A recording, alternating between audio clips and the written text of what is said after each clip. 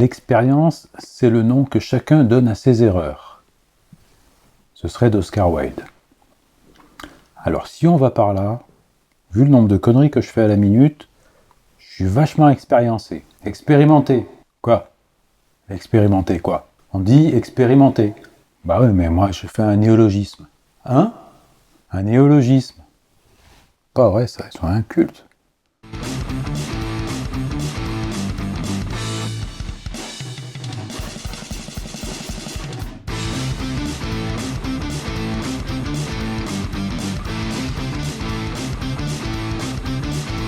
Et salut les boiseux et les boiseuses. Avant d'attaquer cette vidéo, j'ai une mission pour vous. Vous allez aller sur le site de BLB Bois et vous allez acheter ce livre. Oui, c'est un ordre. Qui a été acheté par Sébastien Gros. Sébastien Gros, pour ceux qui ne le connaissent pas, c'est entre autres l'auteur du blog T2 Woodworks. Je vous mets le lien dans la description. Et c'est aussi le complice de Lucas Mainferme. Et ces deux personnes, en fait, sont passionnées par le travail du bois et plus particulièrement aux outils à main. Et ils donnent donc des formations, c'est des stages qu'ils font en effectif très réduit. C'est pas, voilà, vous inquiétez pas, vous n'êtes pas 50, à des prix moi que je trouve raisonnables. Après c'est vous qui voyez, avec une petite solution d'hébergement qui va bien et tout ça. Il y en a un qui est plutôt dans le sud-ouest et puis l'autre qui est plutôt dans l'est, nord-est là. Je vous laisse aussi les coordonnées de leur site dans la description. Ces deux passionnés du bois. Et Sébastien Gros, donc, il a écrit ce bouquin qui s'appelle « Le travail du bois aux outils à main », scie, rabot, ciseaux. C'est le tome 1. Moi, je l'ai reçu hier. Alors, ce que vous faites, vous achetez le livre.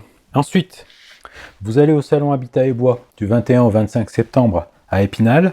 Et puis là, vous dites à Sébastien, qui y sera, vous le dites qu'il faut qu'il vous dédicace le livre, là. Voilà. Comme ça, vous avez un beau livre dédicacé. Ça va, ça? Ok. Voilà. C'était pour le petit coup de pub, c'est gratuit. Ils sont même pas au courant que je leur fais de la pub. C'est vraiment parce que c'est des gars top, quoi. Alors, dans cette vidéo, vous allez voir que pour le meuble, là, j'ai fait pas mal de conneries. Et notamment, alors, j'ai fait des rainures devant là où il en fallait pas. Je les reboucherai. Au niveau du montage, j'ai monté certaines pièces à l'envers, à l'endroit, machin, mais bon, c'était pas trop grave, donc ça, on n'en parle pas. Hein, parce qu'en fait, j'ai fait mon établissement dans un sens, puis j'ai fait le montage dans l'autre. Donc ça se passe bien. Et la plus grosse erreur, c'est au niveau des panneaux. Alors ça part d'un truc qui peut paraître complètement insignifiant. Dans mes plans, j'avais prévu une rainure, donc qui fasse 10 de large, ça ok, j'ai pas changé, pas de problème, et qui fasse 10 de profondeur. Et puis à un moment, j'ai dit, oh ben, plutôt 15. Alors on part, on fait 15. Sauf que, avec la façon dont on travaille, quand on fait des rainures et des languettes, alors moi c'est des languettes patardes, mais ça change pas fondamentalement le problème, et ben le fait de faire des rainures de 5 mm de plus, de profondeur, ça implique de faire des panneaux qui font 1 cm de plus de large et de haut. Alors ça a l'air de rien comme ça, mais c'est embêtant parce que après moi j'ai suivi scrupuleusement mes plans et j'ai même enlevé les petits millimètres de jeu qu'on enlève quand on fait des panneaux par rapport aux dimensions théoriques pour laisser au bois la possibilité de jouer, etc. etc. Et du coup j'ai eu des problèmes.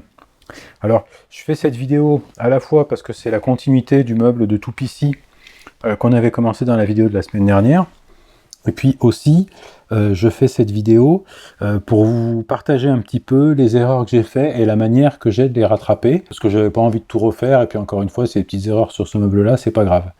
Voilà. Mais par contre, j'ai appris plein de choses, et vous voyez, chaque fois que je fais un meuble, j'ai remarqué qu'à chaque fois j'arrive à faire des nouvelles conneries.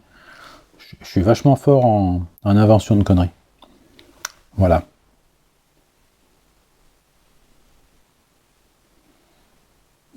Je vous laisse avec les images.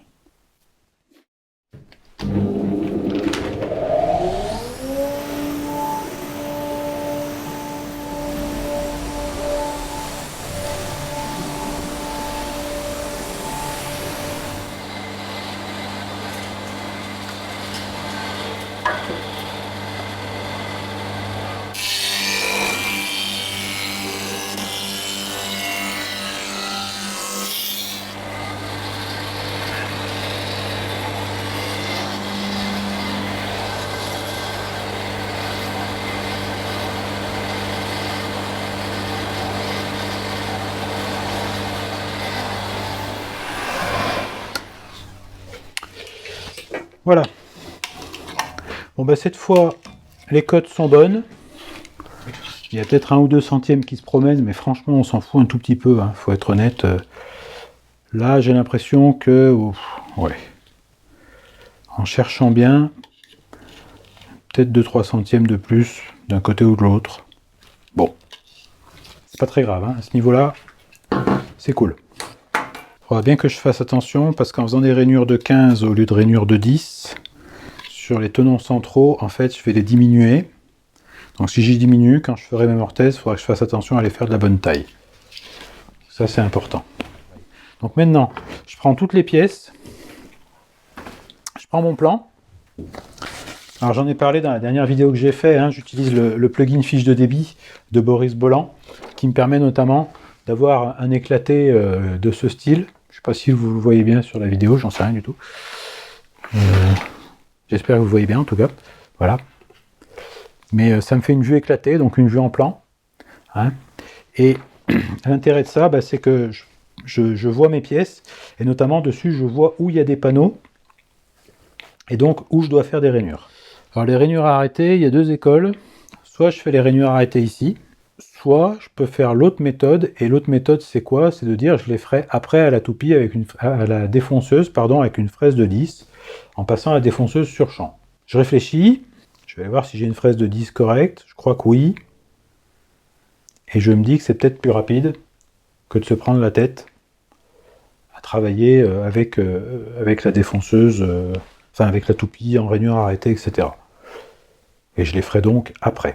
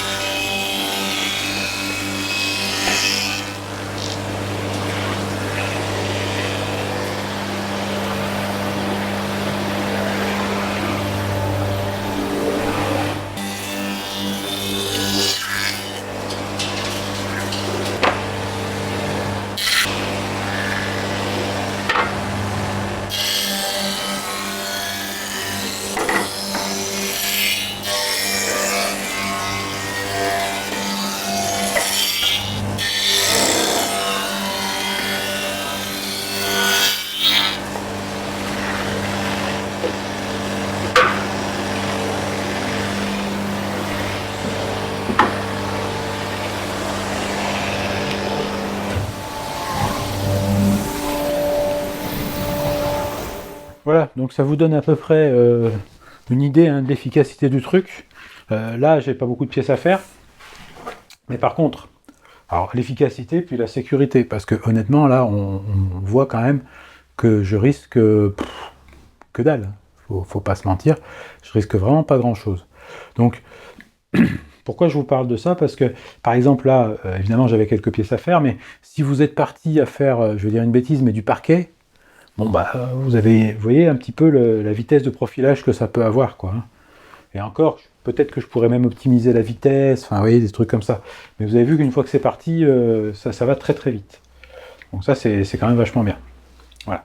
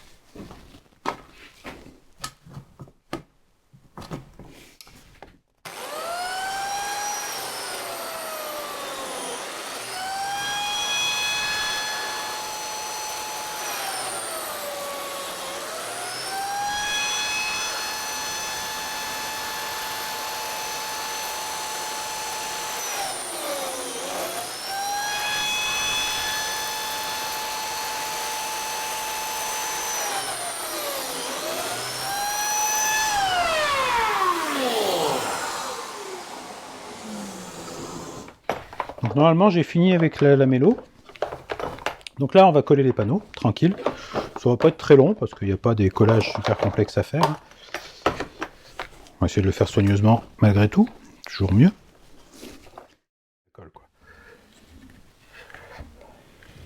Voilà.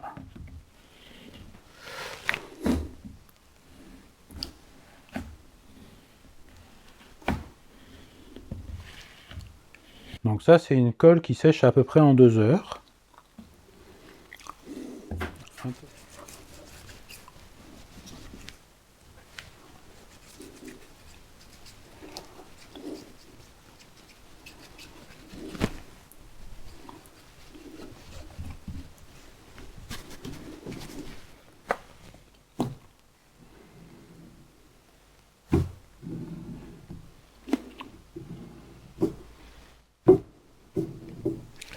Je vous rappelle que le principe du lamello, c'est que quand vous l'insérez dans la colle vient faire gonfler le lamello. C'est ce qui fait que l'assemblage est assez solide.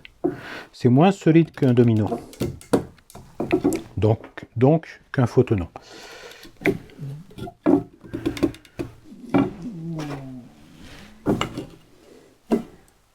Voilà.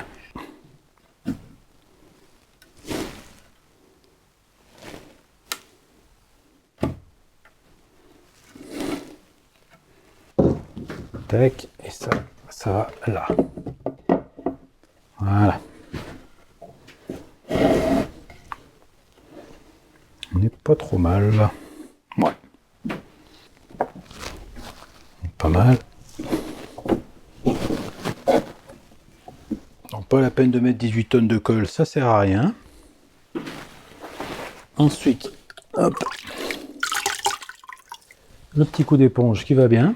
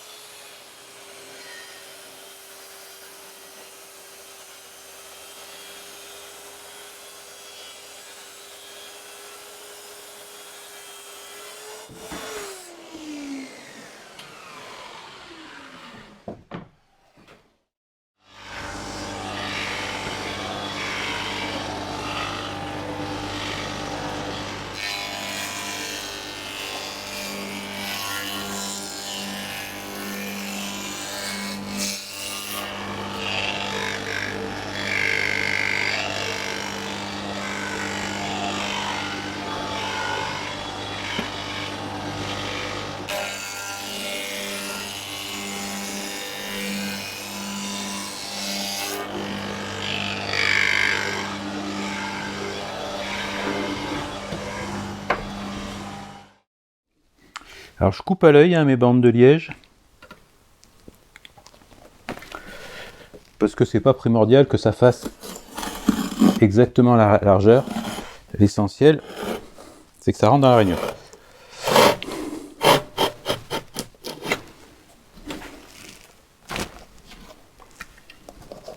Si elle se casse, pareil, c'est pas trop grave.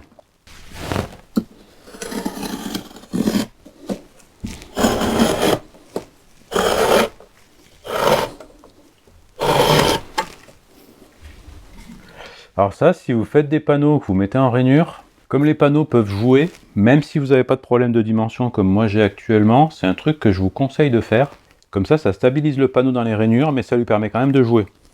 Alors si vous faites un montage à plate-bande, vous n'avez pas besoin de faire ça, parce que la plate-bande, elle est faite justement pour permettre au panneau de jouer sans que ça se voit esthétiquement, hein, c'est le principe un peu de la plate-bande.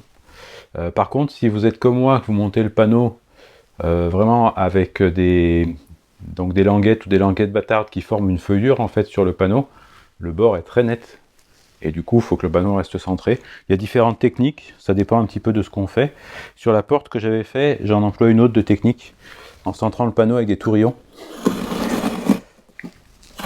mais qui lui permettent quand même de jouer en largeur, sachant que dans le sens de la hauteur, le bois est dans le sens du fil, donc il bouge pas du tout.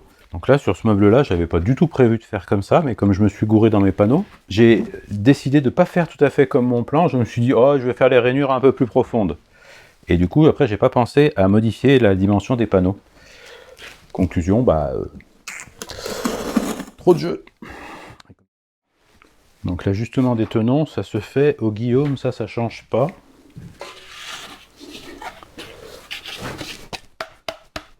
Et à quoi ça sert? Ça sert à faire en sorte que ça rentre dans les mortaises, hein, parce que sinon, c'est pas terrible, quoi.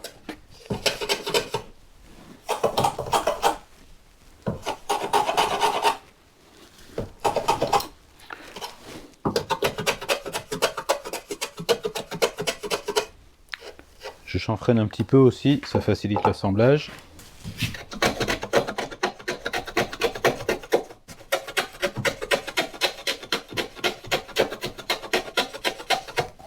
Alors je sais plus qui c'est dans les commentaires de la vidéo qui m'avait mis des trucs du genre oui c'est inacceptable, on ajuste toujours le tenon, on fait le tenon, comment il m'a parce que comment j'ai fait, moi j'ai fait le tenon puis j'ai fait les mortaises après.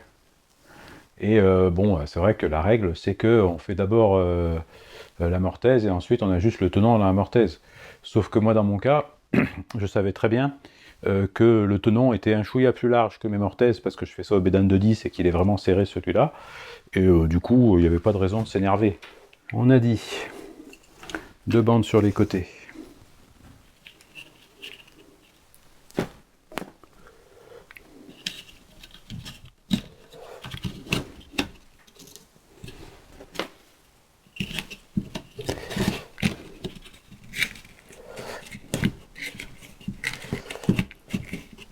Ah, il y a un truc que j'ai pas vérifié, tiens.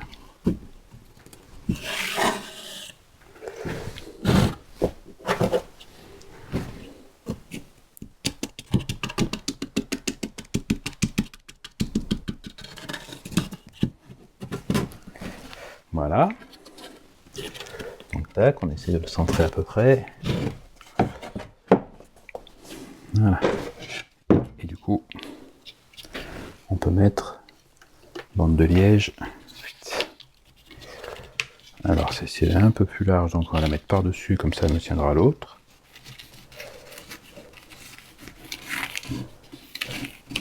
le deuxième panneau.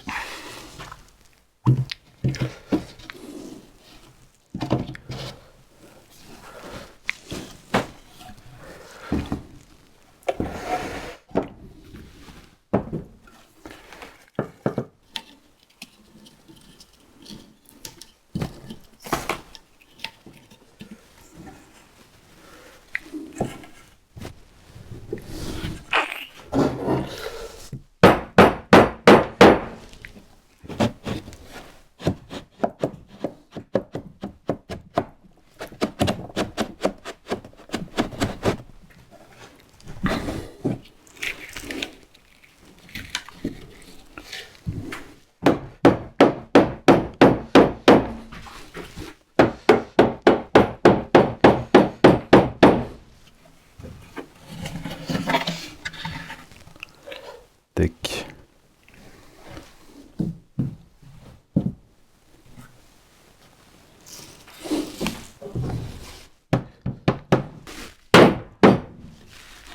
Pourquoi? Oh, qu'est-ce que c'est ces conneries là?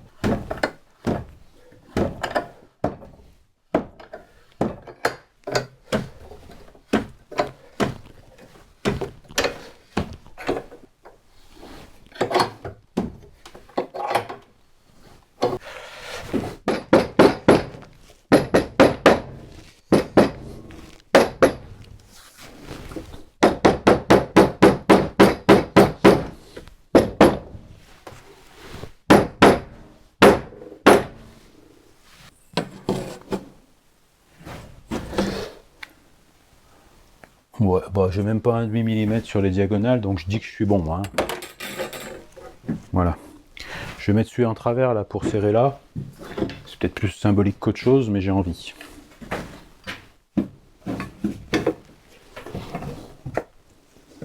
Puis ça fait bien. Voilà. Ça fait serre-joint croisé et tout. Ça fait genre le mec qui s'y connaît dans ce qu'il fabrique. Dessus. Donc, tac. Tac. Plus écarté, je pense.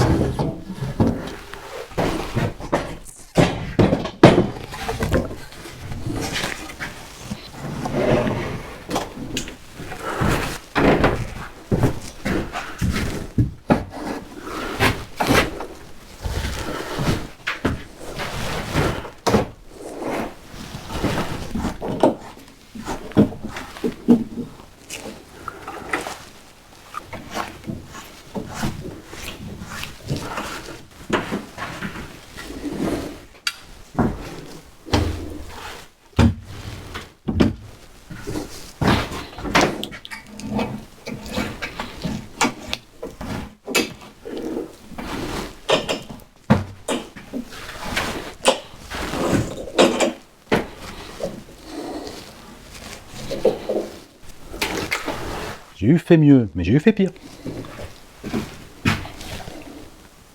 Donc là, il faudra juste que je mette de quoi boucher mes conneries. Et franchement, pour de la récup, eh ben on est bien. Voilà. 1228.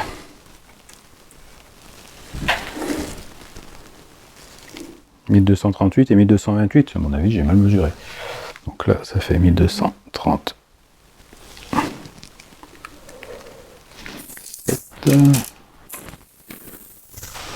1230. Oh, il y a une petite... j'ai un petit faux équerrage là quand même. J'ai l'impression.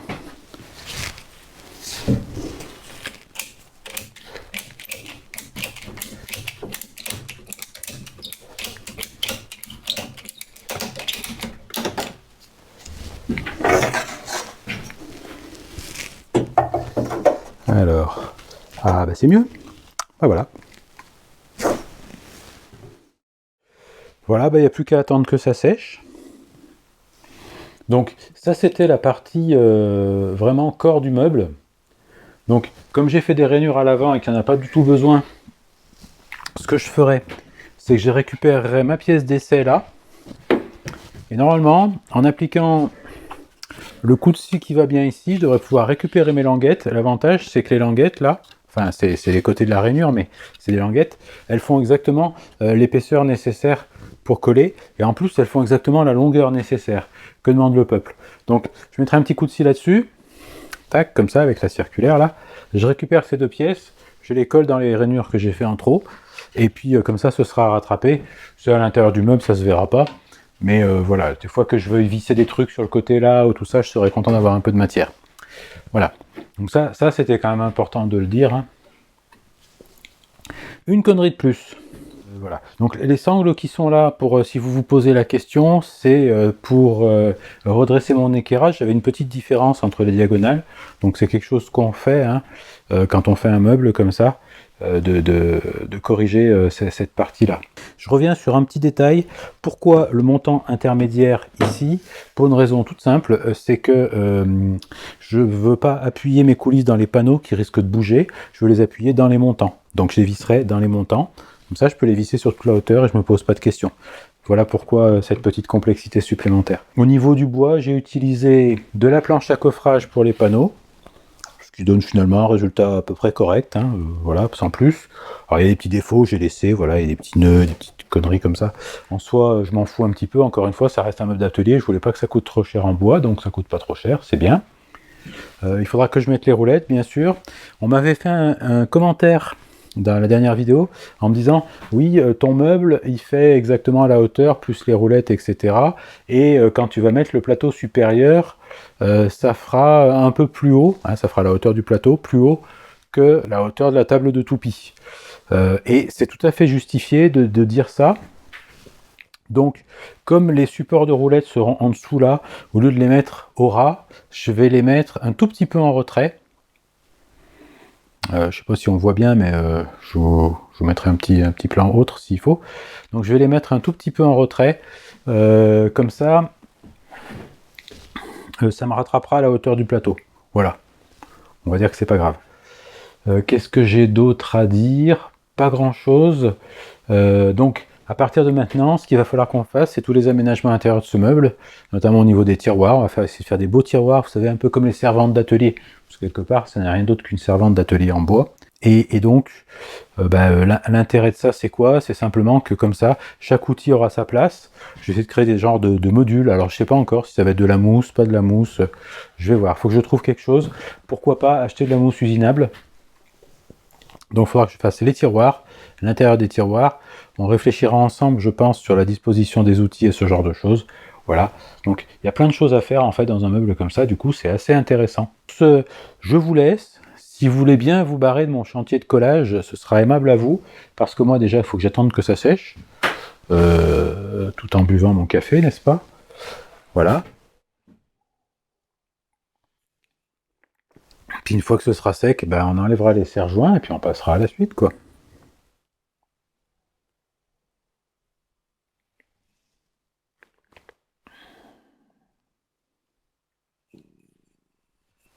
N'empêche, le mec il se fait pas chier quand même, hein. Il fait des panneaux trop courts, il rattrape ça avec du liège.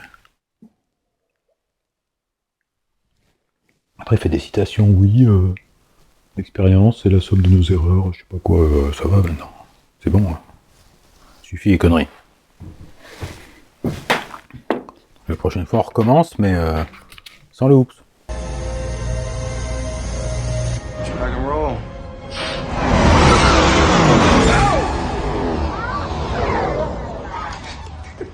Oops. Oops. What's that mean? What do you mean? No, I got it. Some jerk didn't put. I know what I got it, though. mean when I say oops. What do you mean saying oops there? Well, you say we try that one again, huh? Yes, without the oops. That way.